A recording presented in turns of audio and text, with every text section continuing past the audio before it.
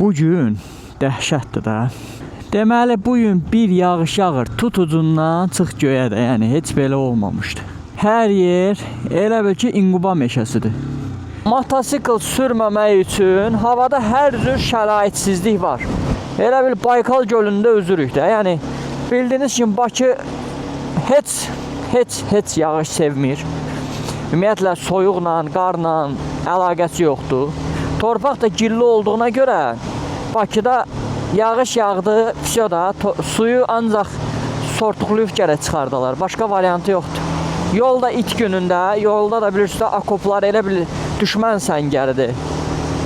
Görünmür, özdə ona görə su tutarları olan yerlə də çox hərəkət eləmək olmaz.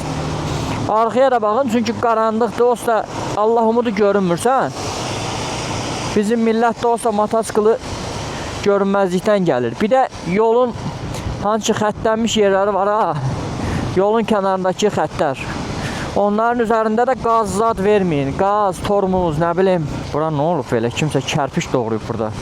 Belə yağış mı olar? Bakıya ömründə bu qədər yağış yağdığım xatırlamıram desəm yalan demiş olaram. Amma həqiqətən də mən olduğum müddətcə yağdığını, bu qədər yağdığını, dünən gecə mən yatmamışam, inanın mənə.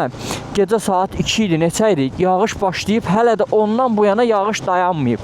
ABD yaxın biraz istirahət elədi, deyəsən dedi yemək zad yiyim dana biraz. Sonra yenə başlayıb. Hələ də dayanmır.